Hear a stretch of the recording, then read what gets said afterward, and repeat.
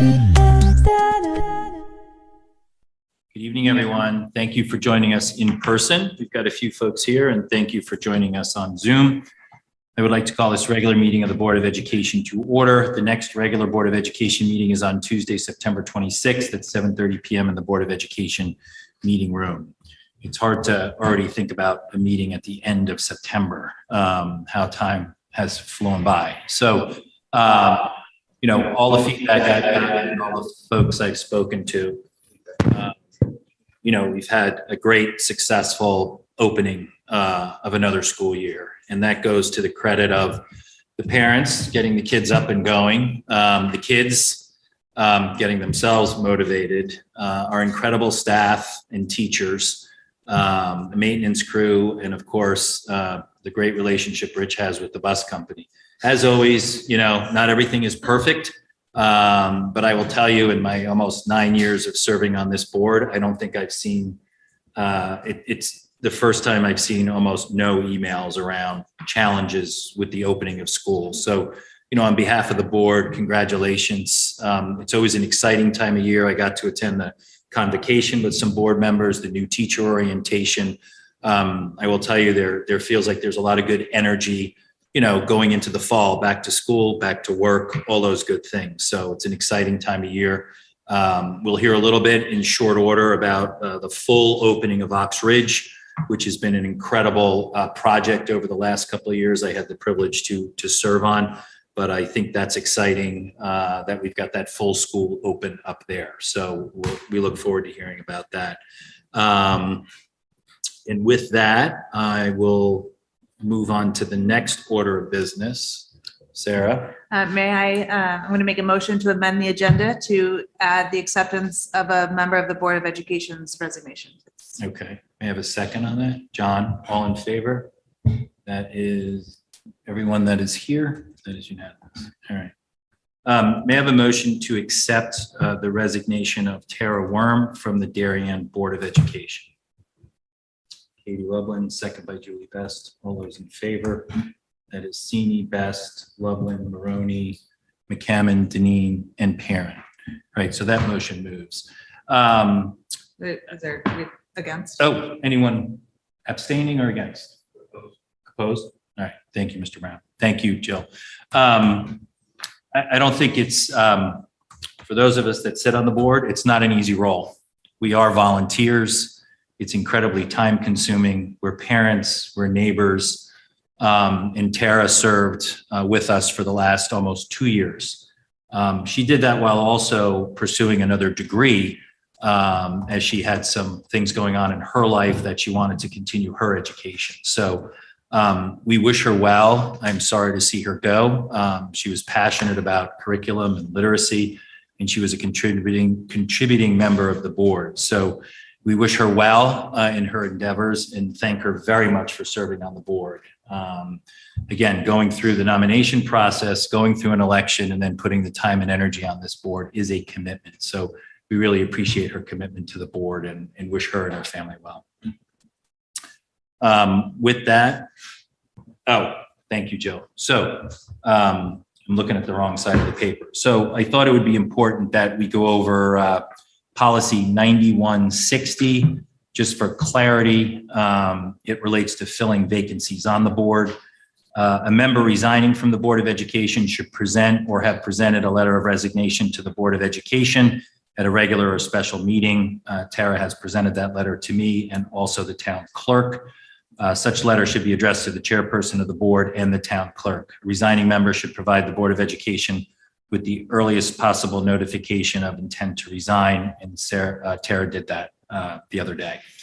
Having accepted a letter of resignation or having become aware of a vacancy created by means other than the resignation of a board member, the Board of Education will schedule the election of a replacement at the next regular Board of Education meeting or at a special meeting convened for such purpose.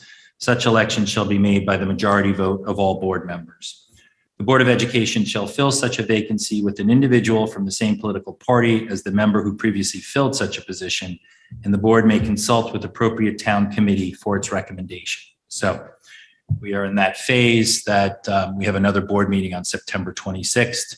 as a board, we'll see who raises their hand and consult with the appropriate parties in town. So, all right, with that, we will move on to public comment. Good evening. If anyone in person would like to participate, please wait for the chair to acknowledge you. You'll have up to 3 minutes to comment. Please state your name and address for the record. Thank you, Michelle. And we'll start with anyone in the audience. Okay. And we will move over to Zoom.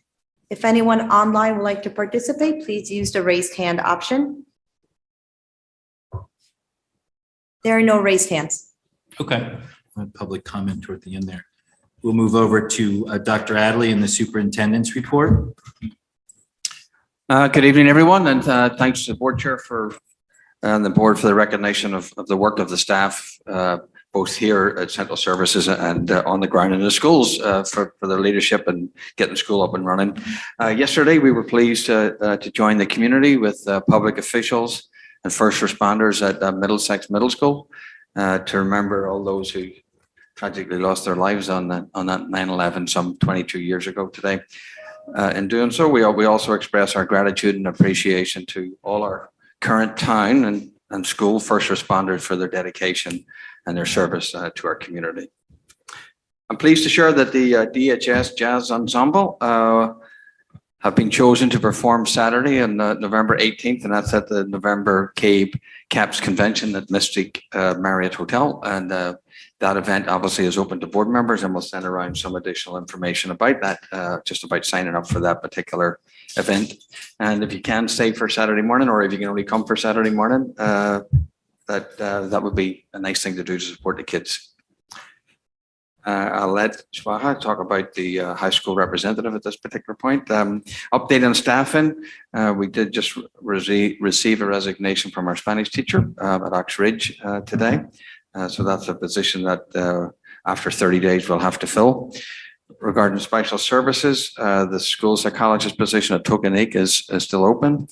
We have filled the Ox Ridge SLP, and Henley will be.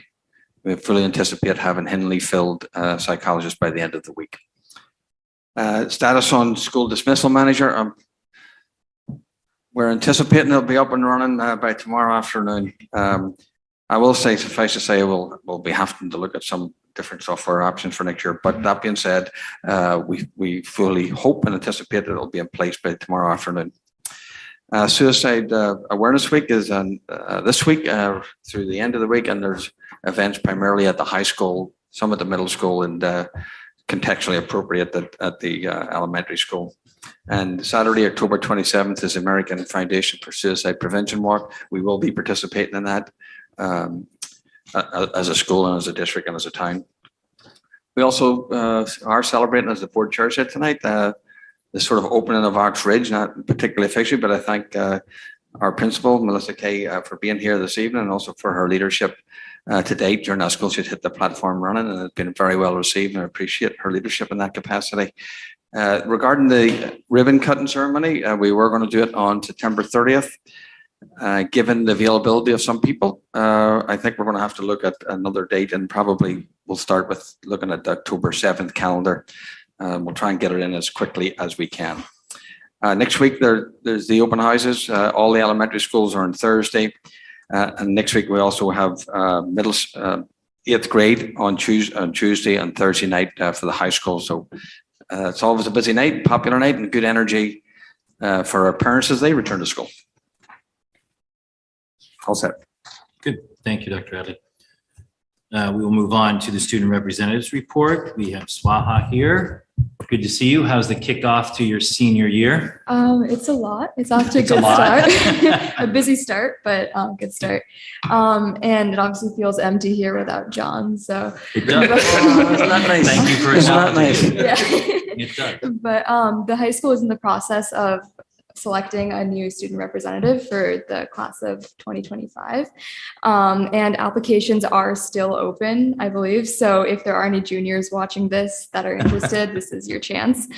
And fall sports are in full swing. Clubs soon should be too. It usually starts mid-September after the club fair. And now the Wellness Center is open throughout like the entire day, so students can visit during their free periods.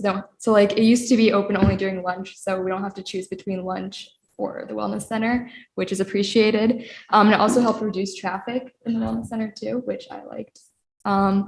And our first student government meeting of the school year is this Friday, and freshman elections for student government should be happening soon as well. And the executive board is already like brainstorming homecoming and fall fundraiser ideas. So. Great, good. Thank you. Well, good luck with your senior year, and thank you for continuing to serve as a rep on this board. And we look forward to your partner. Yeah, I'm excited. Good. May I have a motion to approve the minutes of the special meeting and regular meeting held on August 22nd, 2023? Dave Brown, second by Dennis Maroney. All those in favor? That is unanimous, with Julie not being here.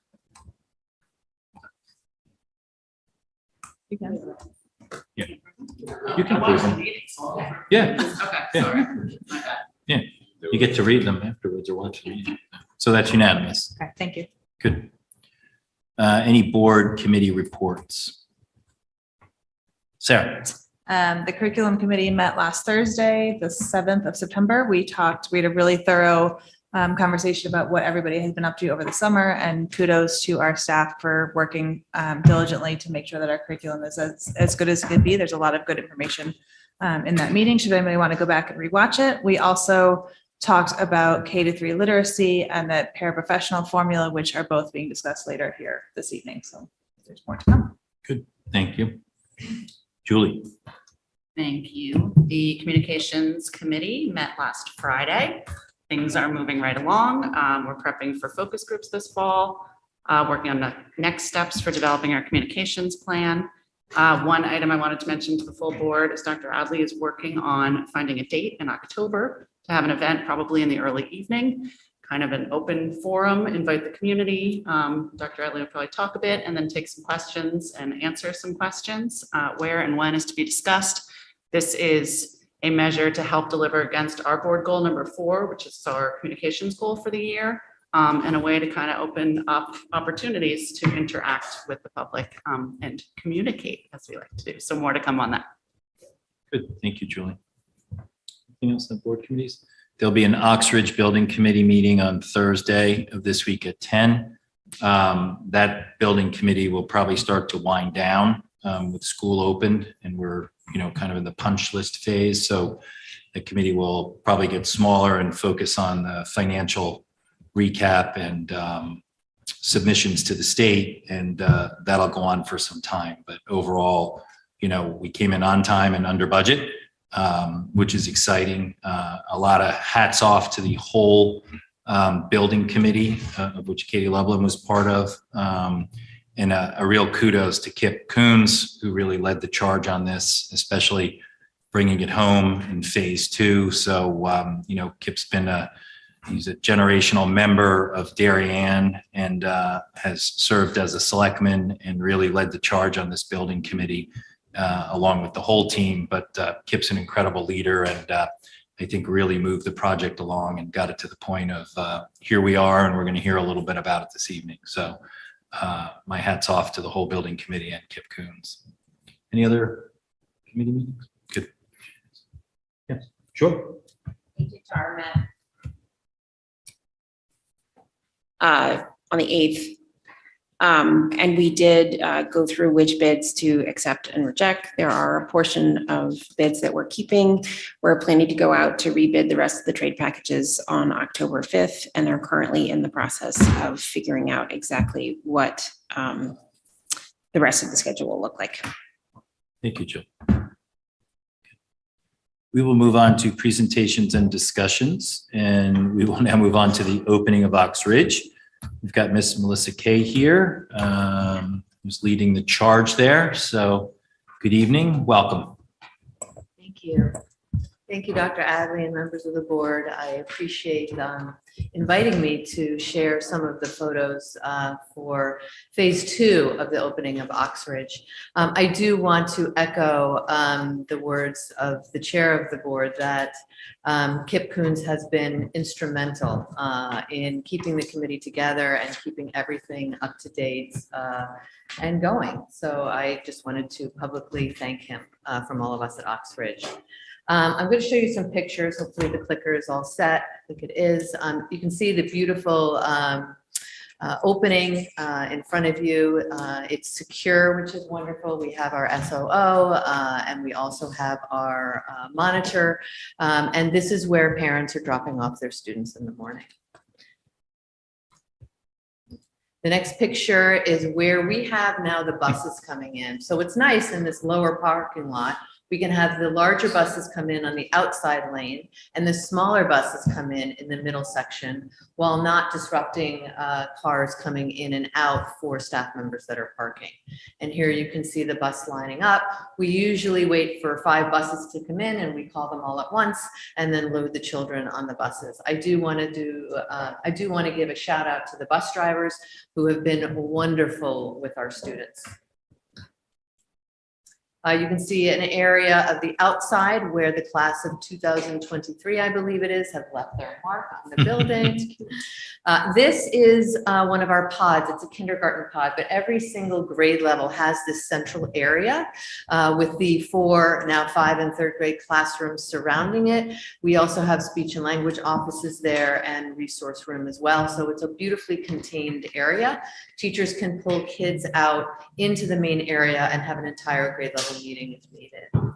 This is a kindergarten classroom, Sandy Henry's classroom, and you can see they're very spacious, lots of room to move around, furniture all matches. It's my dream.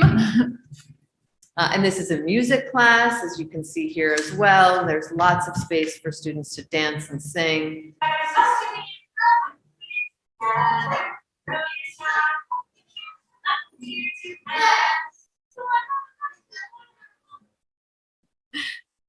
And continuing on with the instruments or instruments in the music classrooms. This is a very special place, and I'm happy that Laura is here. It's our ELP common room, which will serve for several purposes. It'll be a chance for Laura to use to meet with her faculty and staff, for kids to congregate for assemblies, and also what we can call maybe a wiggle space where yoga mats will be out for the kids as well, so they can have some physical movement inside during the winter months. This is our art studio downstairs. Sonia could not be happier with the space. This is our library media center. And as you can see, as I'm clicking through, it's 3-tiered. So the top tier is really where students will be picking out their books, and there's a book circulation desk. The middle tier is where Calla Constantine is teaching her lessons. And then the bottom tier is some more area for students to work as well as storage. But what's beautiful about that area is for the eventual use of makerspace, which is something that we look forward to using. Our courtyard area, this is not new, but it's grown in beautifully. This, I must say, other than the new playgrounds, the gym is a big hit. Not only the 2 gym teachers that we have, but the kids are loving all the space in this room, and it's multifunctional, so we can use it for faculty meetings as well.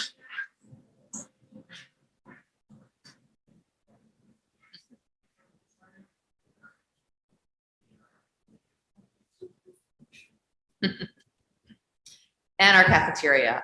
What I really love about the cafeteria is that we can have one side where students are eating and the other side having students exit and be cleaned. So it's a nice flow for the waves of lunch that we have.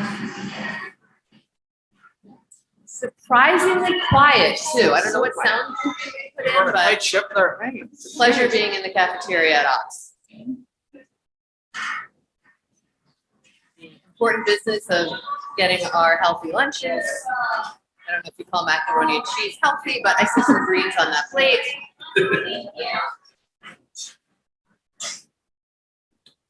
And then this is our ELP playground. Again, you can see the large spacious area that the kids have to play on.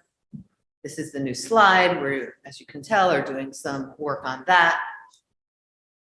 Again, another angle of our playground for ELP. And then you can see the lower, and I'm going to ask you to focus on the lower section of the playground. This is where all the structures are for the kids to play. They absolutely love it. They're looking forward to getting out on the grass field. I believe that's October 1st. And you can see also to the right is where the slide is meant to be. It's not currently open. Again, we're doing some improvements to that as well. I think that might be the last slide. I'm happy to answer any questions. We do have visitors coming to the school, looking actually to model their potential rebuild and renovations after Oxbridge, so that's quite flattering. As with any opening of a new building, there are always glitches, bumps in the road, but we are working those all out. All I hear over and over is what an improvement it is from last year. So thank you all. I know it was a long process. I also want to give my thanks to Luke Forshaw, who oversaw it for years, and hopefully he'll be able to come back for the ribbon cutting. Yeah, I appreciate you mentioned Luke. He was an incredible asset during the whole process. He did a double job of being integrated and a big part of the building committee while also running that school. So I know Luke's probably watching this meeting from home. So thank you, Luke. The only thing I'll add is I spoke to Melissa when she first joined. And again, thank you for coming and joining the district and jumping in to fill a space, a role of a beloved principal that moved on to other things in their career. And you've hit the ground running. So thank you very much. It's much appreciated. It's another great job by the town, and it really is a town effort, and that building coming out of the ground and coming to fruition. The one comment that Melissa made to me, and I remember the hours and days we spent on the design of this school, and our role was, and our focus was really on the inside, and you're balancing the architects who are always looking for an award or, wanting to replicate the school somewhere else, and you can get caught up in fitted glass and the color of brick and all that fun stuff. But we zeroed in on the functionality of the school. And when I asked Melissa what her thought was as a new principal taking over the school, she couldn't believe how functional it was. And, I went back and, told Kip and other members of the board, I said, to me, that's the ultimate compliment. Does it look beautiful? Yes. But at the end of the day, it's functional and it's delivering the education we want for our students. So mission accomplished. So, Yeah, especially in the classrooms, Duke, I think that the space that children have to do the work they have to do every day, which includes play, is really important. And I can get around the building. I'm not even wearing roller skates. I can easily get around. And so that too is helpful in terms of, nurses being able to reach kids and kids traveling to their specialist classes. So kudos to all. real quick at a high level from anyone in the administration, how has the consolidation of ELP gone? I'm sure Laura would want to speak on it, but it's extraordinary. Okay. Good. It's really what we said originally 8 years ago. Is that why when she's the got committee that went big school. smile That on her smile. face there? It is amazing for both the students and members of ELP and the other students, the K through 5, having them in the building. It's an extraordinary feeling. Good. Thank you. Terrific. Good. Thank you very much. Any board questions or comments? Looks great. Thank you, Melissa, Good. very much. Thank you, Melissa. And all we shout out to Jeff DeMayo for the photographs this evening. Thank you. Great photographs. We will move over to report on the ESY program for 2023. Mrs. Shirley Klein, Ms. Christine O'Reilly, Dr. Scott McCarthy, and Ms. Laura Straight. Good evening, members of the board, colleagues, students, and families. We're delighted to present our annual update on the extended school year program. We would like to take this opportunity to thank our administrators, our ESY administrators as well, teachers, related service providers, paraeducators, our transportation coordinator, and our students and families for an extraordinary, robust, and successful ESY experience. Mr. Dean has already introduced our other members this evening, but just to go through their identity, Laura Straighton is our ELP program director, Dr. Scott McCarthy, our secondary program director, and presenting this evening will be Kristen O'Reilly, our elementary program director. So thank you again for the opportunity.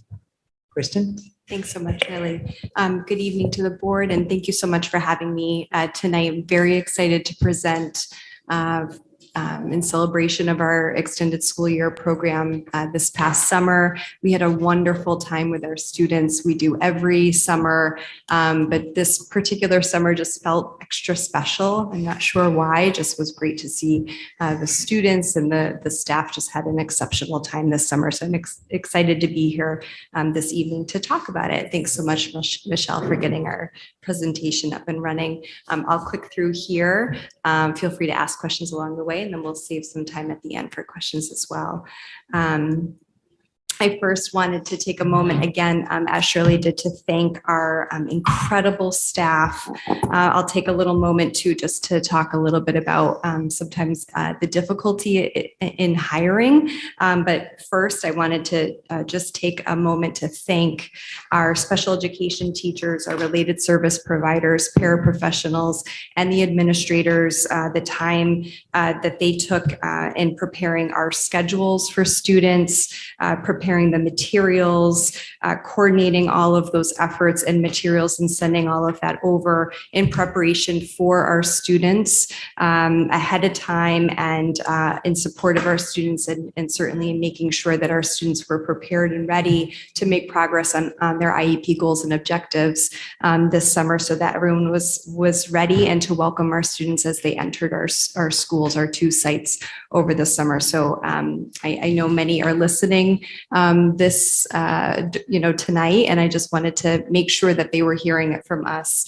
Thank you so much. The last couple of years, we have had some difficulty making sure that we were hired and ready to go. We have been able to do that. We have been making sure that our students were well supported. It can be a difficult thing within special education during the school year. That's been a discussion here at the board. That's a nationwide challenge. That's a challenge in Connecticut, a challenge in Fairfield County, and it certainly is a challenge over the summer, and we have been able to do that. So I just wanted to take a moment to thank our staff for coming every day over the summer and being dedicated and making sure that our students here in this community are getting what they need. So thank you. Tonight, I'll be sharing our timeline of ESY events, student enrollment data compared to the projected data from our 22-23 student PPT recommendations, the final staff totals, as well as staff and parent survey results, which we've discussed previously in previous years, in addition to the 2023 ESY outcomes and the 2024 ESY goals for next summer. The first couple of slides are going to look familiar to you as they outline the guidance provided by the state of Connecticut in supporting PPT teams in determining ESY eligibility through the thoughtful planning that our school teams take in part for planning student recovery and makeup services within our ESY recommendations for our students. This guidance includes the nature and severity of students' disability, students' need to attain independence related to their disability, the potential extent of regression caused by an interruption in education programming, and the rate in recoupment following that potential interruption.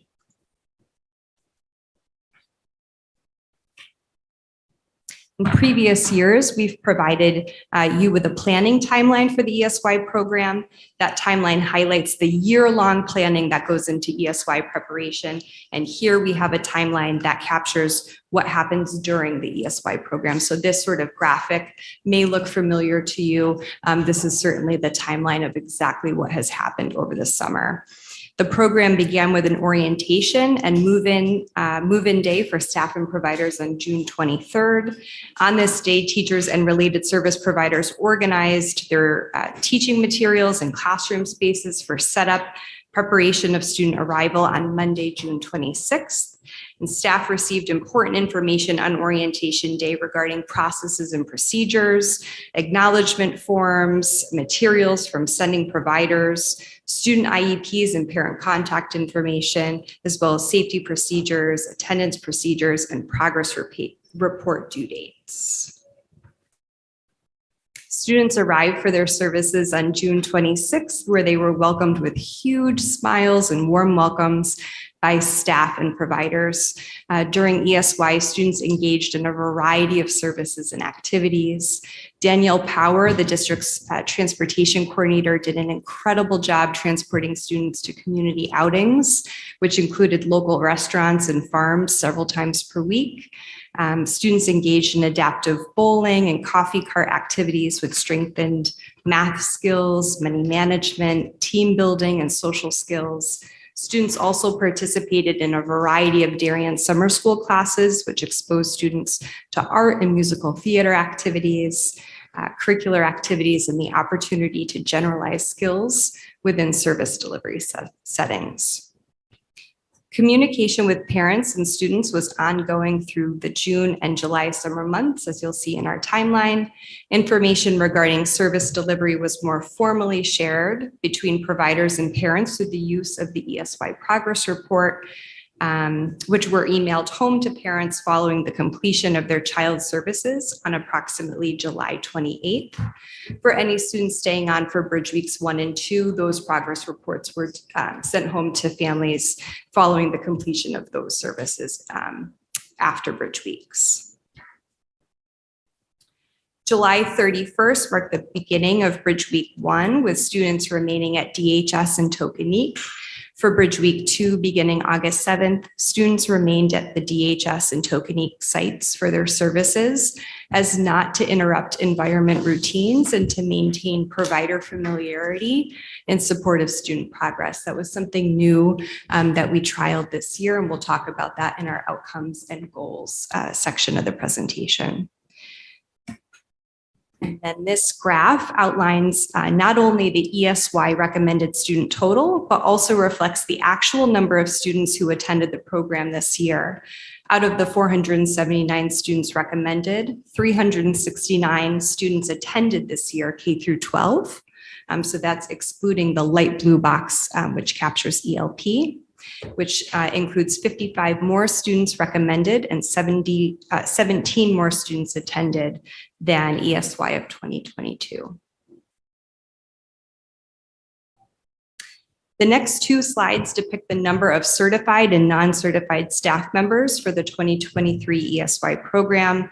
The total number of staff reflects 157 staff members, showing an increase of 3 staff members from 2022. And then this graph on the second slide reflects those percentage increases, accounting for an increase in paraprofessionals, occupational therapists, and school psychologists within those 3 categories.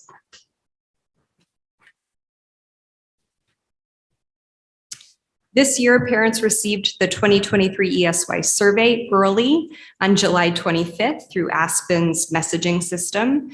62 parents shared their feedback regarding ESY communication and logistics, as well as their experience with transportation.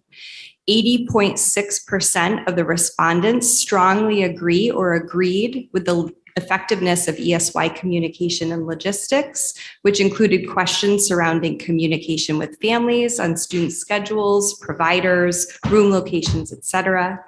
21.9% of parents who accessed ESY transportation this year, coordinated by the district's transportation coordinator, strongly agreed or agreed toward the level of communication and support they received with regard to transportation during this year's program. Parents provided written feedback to include transportation efforts, consistency of staff members for a smooth transition, friendly staff, special education staff, and effective communication, and improved practice from previous years. In addition, areas for improvement include a request for a later start at the ELP site and a request for increased and earlier communication regarding transportation. Again, you'll see this reflected in our goals on our last slide. That captures the parent feedback from the survey. And then on to the staff survey. This year, ESY staff at both the Tokenique and DHS sites received a survey to collect their feedback. 50 staff members responded, 98% reporting that they strongly agree or agree with the effectiveness of ESY communication and logistics. 59.3% strongly agree or agree with the effectiveness of ESY transportation, and 86.75% strongly agree or agree with ESY safety and administrative responsiveness. In addition, and Alicia Datt, our Director of Mental Health, I think will appreciate this, staff had the opportunity to report their top 3 feelings from the 2023 ESY program, which include that staff felt happy, calm, and confident. Staff went on to report that this year they felt everything went well. They received the communication they were looking for when they reached out to their building administration. Communication was clear between parents and staff across the board, and it was the best ESY in a long time. That was sort of what they reported. Suggestions for improvement included a later start time at the ELP site and notification of ESY decline from families as early as possible, in addition to the continuation of daily attendance notification from families. And then lastly, on to our 2023 outcomes and 2024 goals. Our outcomes included an updated student absence communication to providers throughout the day, which we were able to accomplish electronically. We were able to provide earlier entry access to our ESY building sites, which included Tokenique and DHS. We were able to accomplish this with the support of our IT department and Kevin's exceptional custodial staff.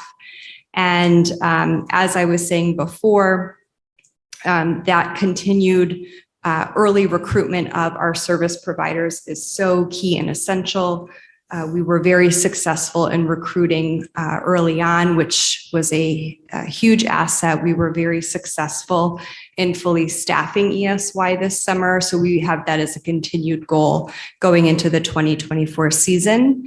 In addition to that goal, we also are excited to report that we are looking forward to trialing a new feature in Connecticut SEDS going into the summer.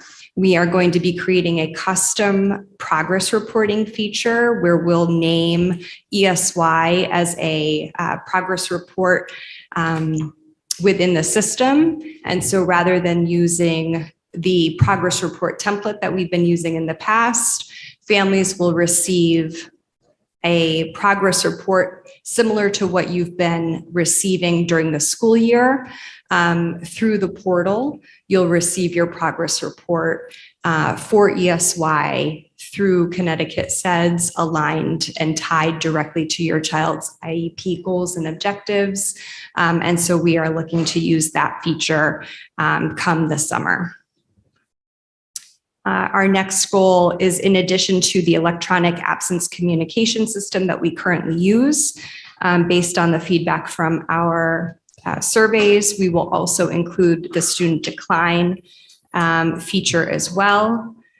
We are considering, we are also going to include the earlier and increased communication with families regarding transportation aspect. That was something that became clear within the survey feedback, and we've communicated that alongside Darien Summer School feedback to both the Darien Summer School departments as well as transportation.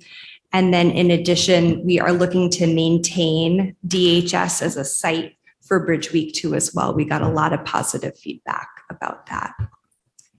So that's what we're looking to focus on for our upcoming summer. And that concludes our presentation tonight. We have Laura and Scott here for any questions that you may have, and we are happy to take any questions for tonight. Kristen, thank you very much. Of The course. team in the front row there, thank you very much. Mrs. Klein, thank you very much. It's a yeoman's effort to pull that off. I participate in drop-offs and pickups up there, and I roamed around a couple of times over the course of the summer, and I'm always amazed by the energy that's up there and the amount of people that are up there. So it's an incredible program, and a big thanks to the staff that pull it off, the parents that sign up and get their students there, and the students that participate. The couple of times I was up there this summer, it was full of energy. And So that's exciting. So I'll open it up to any board questions or comments. Jill. Thank you. Thank you for the presentation. I'm excited to hear you all looking at the progress reporting feature and tying that to IEPs and also through SEDS. I think that's a wonderful idea. I look forward to seeing how that works. I'm very pleased to hear about Bridgewick being at DHS and potentially staying there. I think it's very meaningful for older students to be able to stay in an older building. It was something to navigate, trying to explain going to elementary school. Yeah. The transportation, I think one of the reasons we're seeing a difference between parents and the staff experience is because there is actually quite a bit of transportation going on during the day that's exciting, with the way that the children are, some of the students are, as you mentioned, going off to do site work and things like that. So I think it's a pretty complex network and a lot to manage. Yeah. So it sounds like what you had going during the day, communication was great. Just there's a delta with making sure parents are aware of when the buses are coming and going.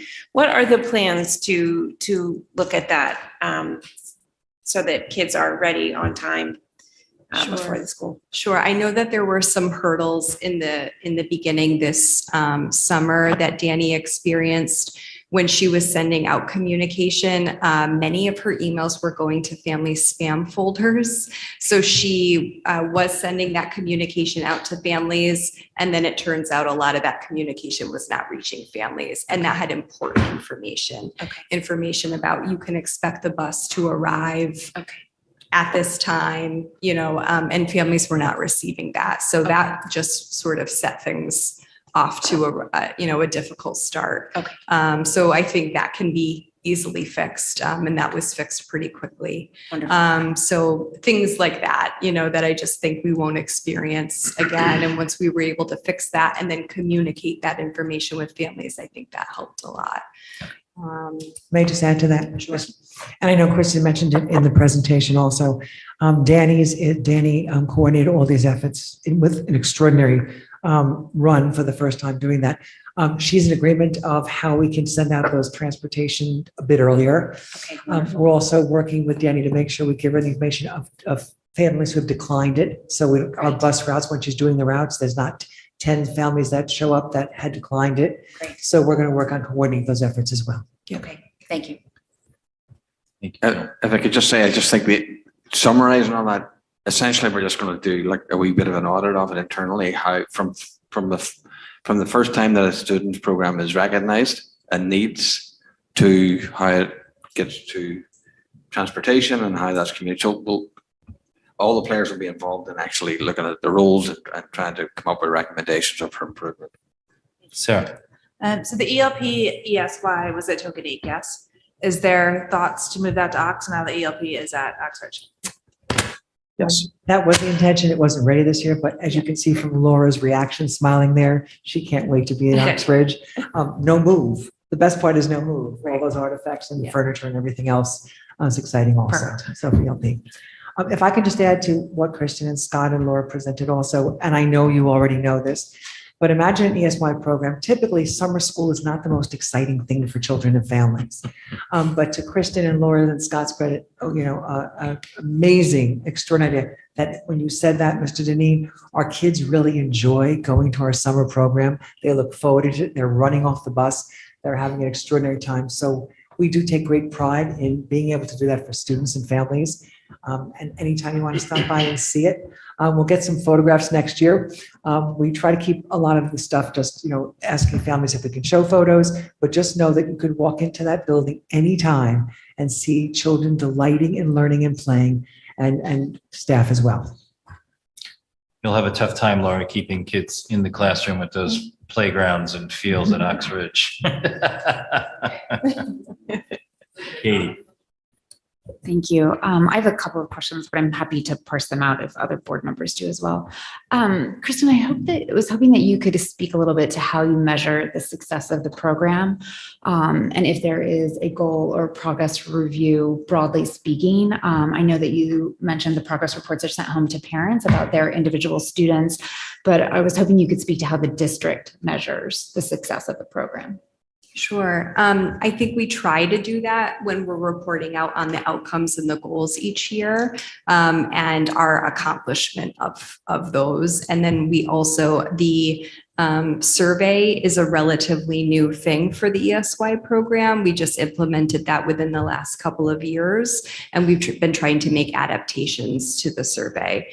And so that's some good data for the ESY program that hadn't been previously collected. And so having some, data points and making sure that we're responsive not only to parent feedback, but also to staff feedback is sort of our way of gauging not only our responsiveness, but sort of the responsiveness of the program as a whole, is sort of our current the way that we're currently operating. Shirley, I don't know if you want to add to that. No, I think you covered it. I think the survey really does give the reporting, to your point, of how families felt and how staff feels. So that's one attribute. The other piece is that the reason we do progress reports and implemented that several years ago is so the family can find out the success their students have made in their respective domains. That's how we measure it. We measure it by student success, by parent feedback, and by staff feedback. So to follow up, another question I had was about the surveys. I'm very happy that you do that, and very happy that you survey the staff as well. And while it's great to see some of the data that you put in here that parents are 60%, 80% happy, unfortunately, we're only getting 15% response rate from the students. And I understand that could move a little bit based on students versus families. But thoughts on how to generate a better response to the survey? Sure. So we, I think we're showing an increase or an improvement from year to year. If you go back and look at the previous years, in terms of both student or parent participation in the staff responses and also in parent responses, we're actually getting a pretty good response. I could also send out more reminders to parents. That's something I could do moving forward, just so that they're not getting that email one time. So I can make a note of that, just so that we're collecting a little bit more of a response from the survey. Sure. And one more piece, I think, Kristen, that we can do also at the PPT when we're discussing ESY, ask the families if they'd be kind enough to participate in that. We know it's a busy time in the summer, but kind of rally for that as well. Is there I should know this, but I don't. I could say my wife handles it. Is there a package that goes out that you could include the survey in the package that goes out electronically to start? Yep. So they have it along with the welcome? Yep. And then to Katie's point, some reminders throughout the program period, maybe. Absolutely. Yep. There's an ESY FAQ that goes out that's sent home alongside like a cover letter and the schedules. We could send it out there. Then we could send it out when we send that at the end of the program as well. I think it's Sure. the more we can get, it's valuable. Yeah. And it's, if someone figures out the methodology to get a higher response rate, they could become a multimillionaire. But Yeah. It's just always a challenge. Sure. So, Julie. It sounds like it was a very fun summer for staff and students, so that's great. On that survey response topic, I was just going to suggest that one way to get more people to participate is to make them feel like they will be heard. So the changes that you make, for anyone who's listening tonight, obviously the survey results are being taken very seriously and taken into consideration for next year. Yeah. Well, whatever you do differently next summer as a result of what you heard from this summer, Sure. make sure to let people know that, so Right. they know that their voice Is is going to bring something. Making a difference. Yeah, sure. Okay. Thanks. Good. All set. John. If I look at the participation rates relative to the recommendation rates, it slipped a little, and I don't know if it's statistically significant, but this year versus other years, I mean, how can we get more acceptance and, I guess, awareness of what a great program you have down there? So, you get more participation. Is there anything year to year that changes that get different participation rates versus the recommendation rates, or is it pretty consistent over the years? And Kristen, add if I'm not correct. I think it's consistent. Yeah. Pretty much it doesn't change. It's not that variable. Many of the same families participate. Yeah. I think the suggestions we had here this evening, we can incorporate and we can rally it. And I think the result to Ms. Best's point is that if our families know we're listening and that it is guiding us in terms of our goals for the following year, that might certainly support it also. I love the idea of putting it in the FAQ, Kristen, also, and just attaching it on our website so they can see it ahead of time and know what to expect. Sure. And are you talking about participation in the survey or participation? I'm in the sorry, program? in the program. Yeah, we had 17 more students participate this year than last year. Okay. Yeah. More recommended though. We too. did have more recommended. Yeah. So again, the percentages slip maybe Yeah. 500 to 700 basis points year to year, but I guess there's a variability Yeah. based on family vacations and other Sure. reasons. Okay. Yeah. We had a higher recommended percentage, but perhaps those families went away on vacation. Yeah. It's a good point, John. I'm sometimes amazed at the numbers, knowing how this town clears out in Yeah. the summertime, and people more than ever with COVID behind us are trying to get family time in and vacations in. So good suggestions. All right, one last question, Katie. Just to follow up on that, the reason for the more recommended, was that because you had more students with IEPs and so that was a natural trend, or was it because you had existing students that were recommended this year and maybe they weren't before? Do you have an idea? It could be both scenarios. Yeah. Thank you. Thank you very much for your presentation. everyone. Thank you all for the hard work and for the staff that participated over the summer. Thank you. It's a true dedication and passion to our students to continue what they do throughout the summer. Shirley? May I say one more thing?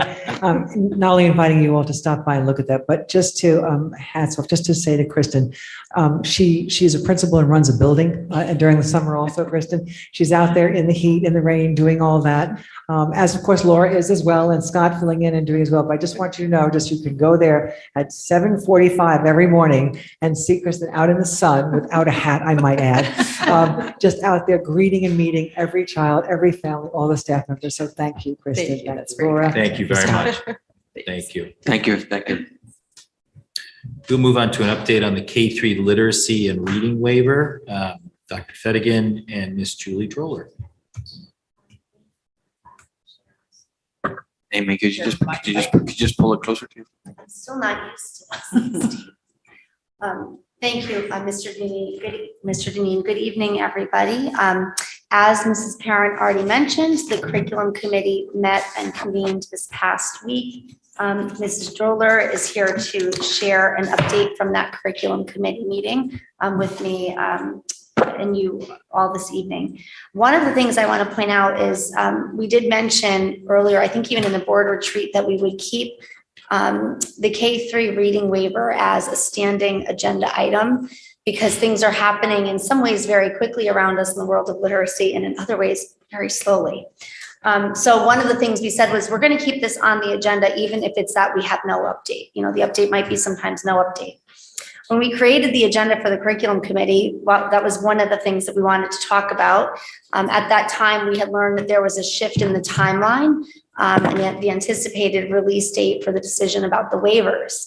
And within, I think, 24 or 48 hours of making the curriculum committee agenda, there was another announcement in the world of literacy. So things are certainly happening all around us.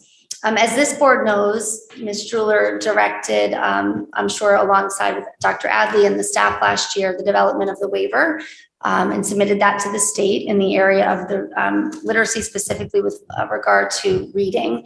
And that was done so because there was a lot of confidence in the curriculum that's established in Darien Public Schools in the area of literacy in all grades, particularly foundational literacy. Also a confidence in the instructional practices that are happening, the selection of resources that in my view so far, what I can see in classrooms really represent all areas of literacy development. And also a confidence in the professional learning that is being provided to staff. The curriculum also is very responsive to the needs of our students and our staff. One thing I'd like to point out, and I think you'll continue to hear from me and the staff that develops curriculum in district, is that there is a commitment here to not just buy wholesale programs, that our students deserve more than that. They deserve a curriculum that's responsive, that will be rigorous, robust, and challenging to support their needs wherever they are along the continuum, in this case of their reading development. We did hear recently that we don't anticipate hearing back from the state until the end of November. with regard to the reading waiver. So that's the sense of things happening pretty slowly around us in the area of literacy. As you can imagine, that's disappointing because there are decisions that we want to be able to make confidently across the state of Connecticut about literacy instruction and next moves. Budget seasons are coming up, so districts around the state are struggling with this. While we await the decision for the state to advise how we will know if we can move forward with approval of the waiver or not, we will continue to implement our curriculum as we have it outlined for Darien Public Schools. I'm sure Ms. Droller is happy to answer any particular questions that you might have about that tonight. Additionally, we will continue to move forward with our professional learning program. There was an announcement. This is the added, I guess, exciting piece. While we were notified that we're waiting for the waiver decision, there was another announcement simultaneously near after, I think a week ago, Friday, that there was a shift in professional learning and delivery service at Teachers College, Columbia. One of the things that's important to know is our contract remains with Teachers College, although some of the staffing has shifted at Teachers College. One of the reasons Mrs. Droller and I learned, and we spoke directly to the director, the new director who's taken place of Lucy Hawkins at Teachers College, is that there's a tremendous focus and I think opportunity with Teachers College for the project to work with other departments within Columbia University, namely the departments that support, for example, educating multilingual learners. Also, there's the idea of digital literacy and how that will influence curriculum, instructional practices, and professional learning, even with our youngest learners. Additionally, the TC is looking at cooperating with the ChildMind, which is the institute that spends a lot of their research area and focus on supporting students with dyslexia. So a little bit of a different approach with the science of reading. So there's a different opportunity with Teachers College in this shift. Simultaneously, Lucy Hawkins, who's been the director of that project for a very long time, has left Teachers College with regard to the project. She will still be an adjunct professor, but she will not be working with the Readers and Writers Project anymore through TC. She started an independent company named Moss Flower, so you may have heard of that. Some of the staff developers at TC are only working at TC. Others are only working at Moss Flower. And then there are some that are working through TC. They're full, employees through Columbia, but are also consulting privately, I guess, in their practice through Moss Flower. Our staff developers are associated with Teachers College, which is now called Advancing Literacy. So Ms. Droller and I are happy to answer any questions that the board may have tonight. I will say that I did participate this past week in a number of professional learning sessions alongside Ms. Droller and our principals and literacy teams in each of the elementary schools. So I have a very good idea alongside Ms. Droller what the focus areas will be for our professional learning in the year ahead. I want to be clear, and again, Ms. Droller can provide more information if I'm missing anything. What I'm hearing about professional learning in the year ahead is not germane to the units of study, which is one part of the resource from Teachers College or now Advancing Literacy. Really, we're talking about instructional practices in the area of literacy. So some of the things that the schools have identified are how would we assess our readers, for example, not in level text, but in decodable text. How do we use assessment practices to guide instruction and instructional decision-making with our readers in the area of foundational literacy?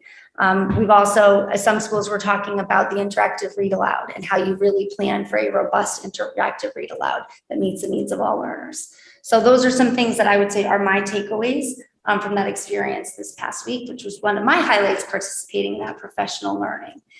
We just wanted to give, the curriculum committee felt it was very important to come back and share with the board this most recent update and our steps at least to shape the year ahead with regard to curriculum, instruction, and assessment, and professional learning in this area. Ms. Droller, have I excluded any important details? I think you did a very thorough job. So Dr. Fignan, thank you very much. That's a lot of information, but well laid out. seems logical to me in terms of how things are progressing. So, and I think we continue to keep it on kind of our radar screen. So appreciate that update. Julie, anything else you'd like to add? No, I think Amy covered all of the bullet points, and that's where we're at. Great, thank you. I'll open up to board questions, comments. John. Can you just expand on the delay and what are I'm sure we're not the only ones seeing the delay. How is the queue set up the delay? I mean, is it by the time you file and then they're just overwhelmed up there? Just give us a little more sense, and then how you see this playing out. Could they reject some of it? Unlikely, but Thank you for the question. I'll do my best, and I'll also, of course, ask Dr. Adley if you have any different intel as superintendent and Mrs. Stroller in your circle of colleagues in the world of literacy and elementary curriculum. One of the things that we've learned is that everybody anticipates a response regarding the waiver simultaneously at the end of November. So it doesn't appear that there will be a queue based on, early submissions and such. One of the things that I think the state was trying to grapple with was hiring the staff to review the waivers and to be able to assess the quality of the waivers and what districts are petitioning for and what will be allowable for districts in their way of proceeding in the year ahead and years ahead. As you know, just by looking at the waiver that Julie worked on, it's so comprehensive, and districts have prepared waivers that are hundreds of pages long with many links to research and other artifacts that they'll have to be pouring through. So it's my understanding that the state has really just very, very recently contracted with a group that will lead that effort. I'm hopeful that we'll have an answer at the end of November, but the pattern has been that the date continues to be pushed back. That's why I think it's really important to think about the curriculum that we do have in place, the instructional practices that are being supported in the district, and really the work of the literacy teams in district, where we're looking specifically about individual student performance and progress with their reading development. I think that that's something that is a strength of Darien Public Schools from what I can tell to this point, especially having the literacy teams that are provided embedded professional learning right at each school site, real-time, looking at real-time student data and reading behaviors in the classroom. Julie, would you add? The only thing I wanted to add was that we did hear from the director of the Reading Council that they are committed to notifying all of the 90+ districts that submitted waivers at the same exact time. So I just touched base with Alan. So they just are now setting up the team that'll review these. They've just recently, They like hired 2 a weeks ago, consulting they hadn't accepted the RFP from anybody. So it's only within the last 2 weeks they've awarded that and have staff now to actually review them. It's just. But you're expecting to do basically the middle of September and have 90 of these reviewed by November what? With feedback by the end of November. End of So we November were with the holiday in there. told. And part of that review also includes some districts requesting meetings with the consulting group so that we can, more thoroughly explain our program. Have we done that? We have multiple times. Multiple times. Thank you. In fact, I will say we're appreciative of Melissa Hickey from the Connecticut State Department of Education, her collaboration with us. But I will say, because I'm on copy of the emails, Julie, she said, stay in touch every week and remind me for updates. And Julie faithfully every Monday morning sends an email to ask about an update. And so this is the current information as we have it now.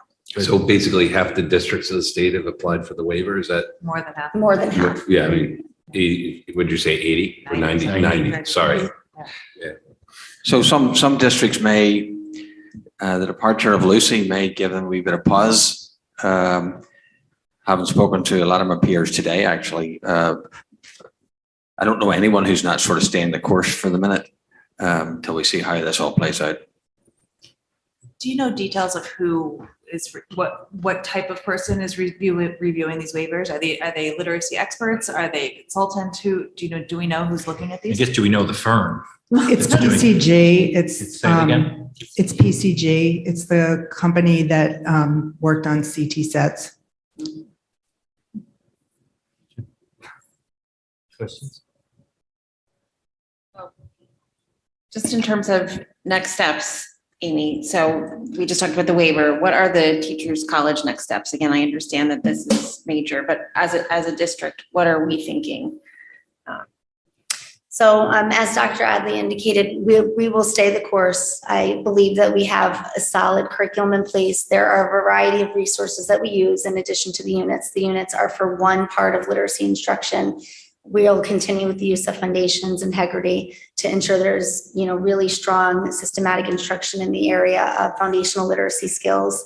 We'll be focusing really our professional learning on instructional practices, not particular to a resource, but on instructional practices. And that will really be our next steps. And I think it's really important that we continue and stay the course, especially while we await the waiver decision, because we don't know how much flexibility we'll even have, right? Once that's determined. And So our I staff- think go ahead, sir. No, so our staff developers that are coming into our buildings are solely TC based. They have nothing to do with Mossflower, correct? Correct. They have nothing to do with Mossflower. They're solely TC based. And again, one of the things that I guess Columbia will have an advantage of still is the ability to kind of collaborate with other departments within Columbia University as they continue to think about professional development to districts. I appreciate, I think, you coming on board and diving right into this through the thick of it. I think it's nice. We can value your view as an outsider looking in now that you've hit the ground running here. So appreciate your viewpoint and us continuing the path we've gone down. So I appreciate that. And I am really appreciative of the timeline that we had some professional learning this past week, right, when this announcement was made, because I was able to participate firsthand with our staff and with Mrs. Droller to really understand what the focus area will be in each elementary school and why. good. Thank you, Katie. Thank you. Thank you, Amy, for that. I really appreciate the level of detail and for you calling out the news that has come out. The separation at Columbia seems to be a momentous confirmation of concerns that have been widely raised about the foundation of units of study. So I have a lot of questions about how we'll go forward this year, including, kind of what we're committed to in terms of contract, how we see things play out with Columbia, what we think will be different. So really to that point, I would just ask that we can continue this conversation on a regular basis, because I think that, we had been talking about it for a while. We did just purchase the new units of study. They're still in our classrooms. But this is a very significant break that I hope that we can continue the conversation as we keep going forward. As Amy said, it's going to be on our curriculum committee agenda, ad infinitum. So Good. Any other thoughts or comments, John? So this is the second year of the waiver process? Am I correct there? It started in 22? Correct. The It- waivers were submitted last year, Oh, last spring. this past school year. okay, so got it. This is the first time. Got it. So we have no relevant data. Got it. Okay, thank you. You're welcome. Thank you. Julie, thank you so much. Dr. Fedigan, thank you. Thank you very much. Welcome. It'll be a continued agenda item. But thank you. Very detailed update. Thank you very much. Thank you for the good questions. We move on to presentations and discussion on proposed board master agenda for August 2023, February 2024. Dr. Adley. So a couple of things in here just to note. We tried to build in, if you remember, the sort of calendar we built offline a little bit for certain topics that the board want to visit and revisit. So we'll build those in. I'll point out that we have a full literacy update also, just as including every aspect of literacy in December. We also, if you take an item like following up on naming rights, you'll notice that there's one week there's one, and then the next week there's a follow-up because whether we're going to take action or not take action on that's actually going to the policy committee first at the end of the week. The mental health and wellness is on that also. And I'll just point out that we included the whole budget process. I don't want to lose this institutional knowledge of this budget process. And also we included in here some processes, maybe not meetings, because very soon will be upon us and we'll forget about what are we doing during budget season, who's getting books and all the rest of it. This is kind of where we've left it. If the board wants to, review it, okay, I'm okay with that, obviously. But this is kind of where we left it process-wise. We even left crossed out some meetings that we changed in the process, so it's not normally like this as sort of like detailed process-wise, but that's what we said we were going to do. Now, we didn't make a definitive affirmation of some of these things, but it was the last proposal that we looked at. Thank you. Board questions, comments? I have a couple questions. Sure. Sarah. October 24th and November 14th seems super heavy. And I'm wondering if we can move anything up. I know that requires work on staff part, but it just seems that the 24th will be here and the 14th will be here for a very long time. And I'm wondering if we can adjust, if there's anything that we can move up, like could Genius Hour move up or could the auditorium phase 2 move up? I'm just throwing ideas, but my other question was on the 14th, you have possible further action on Power School. Maybe I missed it, but I don't see the initial conversation on Power School. 14th of November. The last bullet is Power School. This is, but I don't see it the first time. no, I think it's my recollection that's going to come to the curriculum committee as well. Is that I what, think. okay, okay. So it's coming curriculum first and then Yes. that's a possible action. Okay, Am I correct there, Richard? I think it is. Yeah, it is. okay. I'll look and see if moving some of these things, but given some of these are going to various committees beforehand, Yeah, that's that's kind of true. what, That's that's tricky. kind of what's triggering. things. Katie? Thank you. I had thought that last December, we had talked about moving up the special education update to October instead of December. Is that a possibility of having it earlier in the year? Just, it's in December 12th. I don't have it down December in this, I don't have it down in the, I'll call it the sort of auxiliary calendar that we had made out. If anybody else has a recollection that we had to move it or we're moving it, I'd be happy to entertain that. Shirley or Dr. Adley, any thoughts on the timeline of delivering that in terms of work that has to be done or data that you're collecting from the beginning of the school year? I think October 12th is too early, just in the school year. And It just feels too programs. early to me. I would just want to collect more information to present to the board. Yeah. Which is why we usually do the half mark December before the holidays. So I think that time does work. I don't recall the conversation. I'm sure it may have been there. That said, I want to revisit also because I think just for information to share with the board, December. would Yeah, I be think time. we've also talked about it.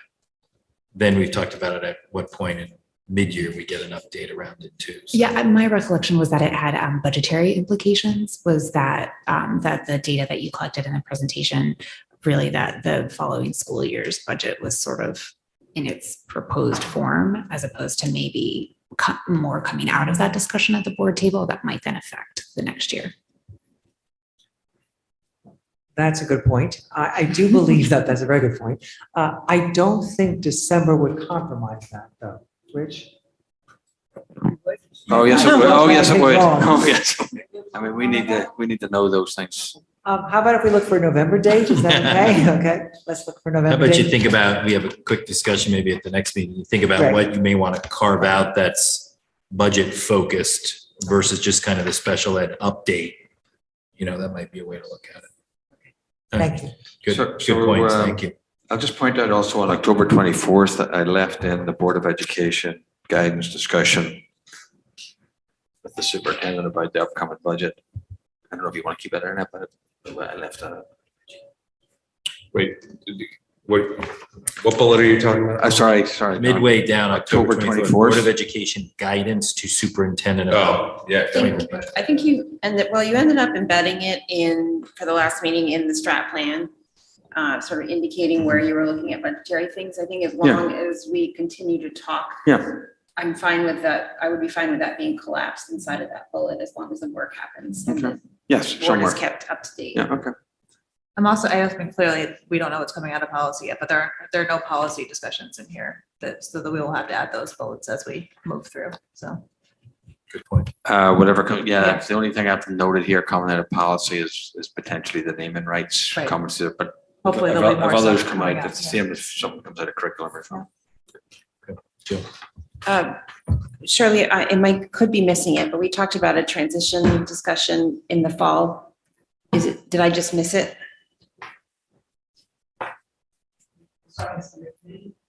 Okay. The discussion was to establish a steering committee in the fall, and Scott and I are working on that.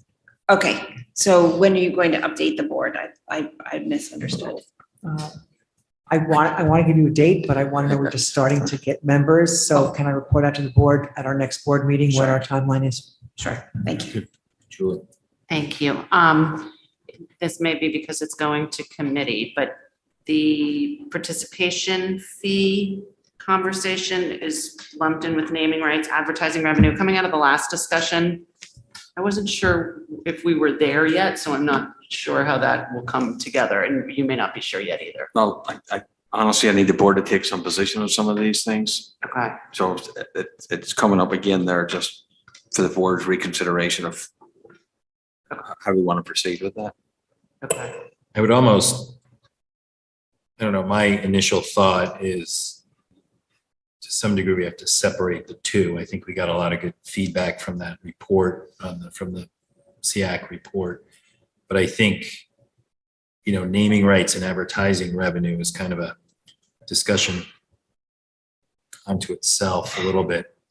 And I think I'd like to look at it that way and tie the policy directly to that specifically. And then I think the participation fees is another Yeah, I think it's another conversation. But I mean, it's revenue, but I think the advertising and the naming rights, I'd like to keep separate and distinct. That's my personal view. And I would like to separate advertising from naming rights, because naming rights could be in honor of a It's a good point. athletic director or, Yeah. making it up.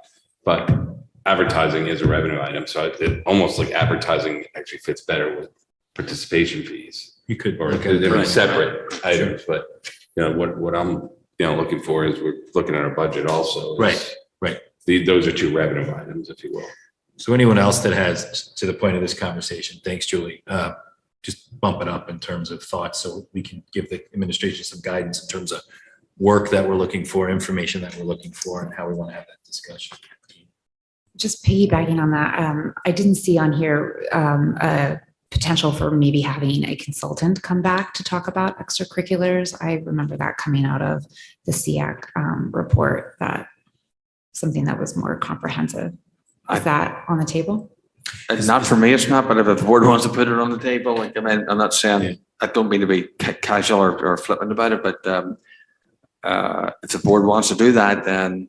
I think it's a good point, Katie. I think it's a board discussion as to this whole, I think we got a good report and gave us some insight. It was very athletic specific. I think we wanted to look at all extracurricular, athletics, theater, music, and all that type of stuff. So I think at the end of the day, some of the things I've thought about and some of them we've had conversations around it is we've got to, as a board, define what's the end game here? What's the goal that we're trying to get to?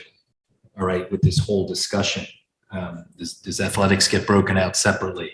Does it get lumped in with theater, with music, and those extracurriculars and clubs and councils? Like, I think there needs to be some work done around that. What's the end game, what we're trying to get to, and then build a plan. And to your point, is there someone out there that can help us do it? I will tell you that the time that I've been on the board and the amount of times we've gone through this process, I don't think as a board we can do it. I said we can think about it and we should think about the goal we're trying to get to, but I do think we need help to get it done. That's my personal view. So we should submit questions or thoughts through you? Yeah. Okay, fine. thank you. Good. Can I just qualify, Mr. Chairman? Do we essentially want to drop the naming rights part of it altogether and just look at the? I don't think so, because No. we had that issue pop up with the loop, right? Okay, all right, yeah, So, okay, all right. but So think of the naming rights is like, it's almost separate from the Yeah, okay. revenue. All right, that's fine. And what we, on Friday, I haven't seen the policy packet yet, but there's something that we're bringing forth. Is that just advertising policy, March? at this point, that we would just say Just it's advertising. advertising and not naming. Not rights. naming rights, it's wrapped into that. I just think they've all, we brought up participation fees at the board level. Naming rights continue to come up. Stuff gets bumped up to me about naming rights. And I think we owe it to ourselves based on information Rich put together to look at what potential advertising revenue there is out there, whether it's local businesses or whether we open it up outside of that. But I think it's a good opportunity to look at that. I would almost, Sorry. Yeah, go ahead, Just please. to jump in, and it might be worth having conversations on all of those three things as separate items, but eventually we might then have to decide among them as to what delivers best against an agreed objective, right? 'Cause Well, I we think- do different things depending on what we're trying to do. So exactly. And I think just to that point, I think separate them, have the discussion, and then we may come out with a prioritization from that discussion and determine what additional work needs to be done. Yeah, just started to tie. Yeah. I don't think the advertising and naming, we would tie together in terms of calling it, Mama Carmela's Field or something like that, So I think that's Yes, why I want to yes. separate. I don't think anybody has the intent No, of I think advertising is just that. We naming a have stadium. we have the ability through the electronic means to advertise and generate revenue. We need a process and a policy in place if and when someone proposes naming rights, either whether it's to honor someone or whether it's someone potentially making a donation, and the reasons around that. I think those are all good. Can I just defer to Marge and Rich a minute? Are we covered with the discussion we've just had? Okay, right, okay, but we understand, okay, fine. Good. Anything else on the proposed master agenda? So we'll make those revisions and bring it back. Okay. Jill? But you are planning to cover naming in the future, right? Just not on the 24th. Well, no, whatever you tell me to do, but it needs to. Yes, So we want I think we should cover them both. yes. Yep.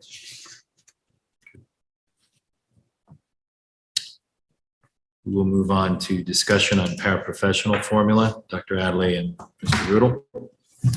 So I think that this went to the curriculum committee. We had the discussion. The board wanted to look at this. They come up with a budget process last time, so you just wanted to look at this formula. In particular, I think we're just talking about the instructional aids. That those are for the most part the aids here in the classrooms for the teachers, and we're not talking about special education paraprofessionals here. So it's really the instructional aids was the discussion. There is a long-standing ratio here, 1 to 89 students. That's an enrollment-based formula. I honestly don't know where it's come from. It's been here probably for over a decade. We don't seem to have the historical knowledge of it. The good news is it's relatively serving as well. The bottom line is the administration is not making any recommended changes to this. That being said, the way it's organized is we have basically 5 or 6 total aids, and that includes campus monitors, instructional aids, and part of the instructional aid, 0.5 of that is in the library. So we've really only about 20 to 25 instructional aids. That's a small amount.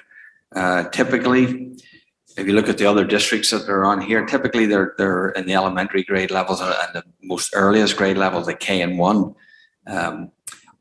Our school system, we use it as K through 5, but primarily again in the K and the 1. The principals oversee the work of our instructional aides, and so they have some liberty there in terms of making those assignments based on the needs of the actual classrooms.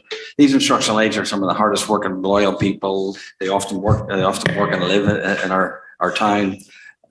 They're part of the culture. We actually can't do without them, from morning arrival, recess, lunch, dismissal.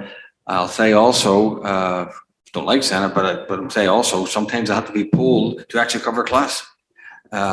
So for the number that we have here and for the finances associated with it, but it really wasn't a finance, it was more programmatic. I really can't see doing without them. I'm not suggesting that we would do without them.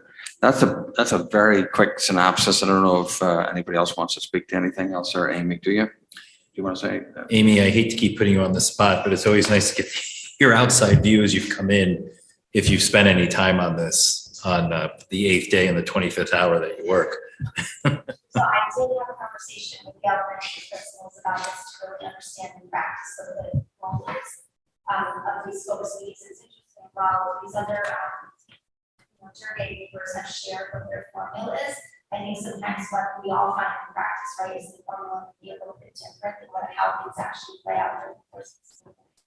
I was happy to hear that there is very consistent practice and utilization of the staff members across the schools. The principals in the schools talked about how these are really respectful goals from a safety perspective, as far as like keeping children, engaged during recess, during lunch, helping them kind of navigate the course of the school day, but also just the relationships. I kept hearing over and over again that the relationships instructional needs have staff that they work with. So I do believe that that would be important part of the fabric of each of the elementary schools. I have spent some time working in kindergarten classrooms. I was involved with a German director pre-lab. We heard all about Mercy Watson. Penny, there was a paraeducator in there that I was able to observe just in practice, working alongside in instruction, working alongside students and parents, learning how to enjoy the story of the perfect. So I think, again, as Dr. Evans said, most of the focus of their work is kindergarten and first grade, certainly instructional, but also other operational parts. I do have to just provide the clarifier that while there's no recommendation, in fact, the recommendation is not to change anything. Depending on how budget goes and so on and so forth, everything and anything could be on the table. So I will say, when I asked about it, it was an interesting comment, but I think it's an important one to what you said. It's like they bring the mom factor to the classroom, and then the person corrected themselves. I should say mom and dad factor to the classroom. I'm like, okay, what's that? Parent factor. Thank you. Perfect. Thank you. Yeah, good. Questions, thoughts, Dennis? So with this, so why are we the only one who does it by a ratio versus just the kindergarten section? And I guess why? And then the question is the kindergarten section a similar ratio to what we have? I have a similar question, but also how does this play out to approach this kindergarten or K-1? So the ratio is arbitrary. There's no magic behind 80 or 89. I mean, you could have picked 70, you could have picked 100, right? So nobody does a ratio because typically you don't have instructional pairs in 4th grade and 5th grade, or even 3rd grade. It's primarily kindergarten pairs, and in some districts, 1st grade. If we were to just do kindergarten pairs, you would have 19 kindergarten pairs, but then you would have the issue with the library. And so if you have a half a library para at each school, you have 2.5, right? So you'd have a little bit more than you currently have. You have 21.5, but it would probably be difficult to recruit a half a para in a school. 20 of our folks are instructional needs and 5 are monitored. Correct. So you would end up being at 21.5 versus 20. That was math I followed the other day, so it's a good one. Good. Okay. Any other thoughts or questions? Good. Thank you. We'll move on. Marge, any updates or anything on the personnel report? Alan gave us an update there. We will move on to item 9, action item, contract between the Board of Education and the Superintendent of Schools. Met with Dr. Adley, and I have a motion moved that the board approves a new contract with the superintendent for a term of July 1st, 2023 through June 30th, 2026 as discussed, and further move that the board authorizes its chairperson to execute the contract on behalf of the board. We have a motion on that. John Cini, second. Julie Best. All those in favor? It is Cini, Best, Katie, Dennis, Jill, Duke, and Sarah. Anyone abstaining? Dave Brown. You abstaining or opposed? Yeah, I asked if you was Sorry. abstaining. Good. That motion carries forward. Thank you, Dr. Adley, for continuing your role with us.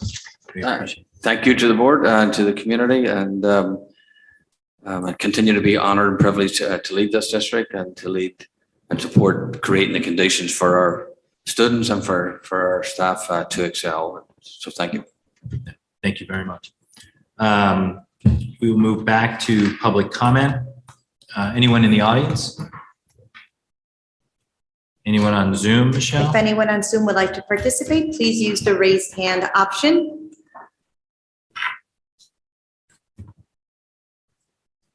No raised hands. Okay. Thank you very much. Thank you for those attending in person and on Zoom. Thank you again for an incredible school opening. We continue to move forward. Hope we'll have some cooler weather. May I have a motion to adjourn? Julie Best, second by Dennis Maroney. All those in favor? That is unanimous with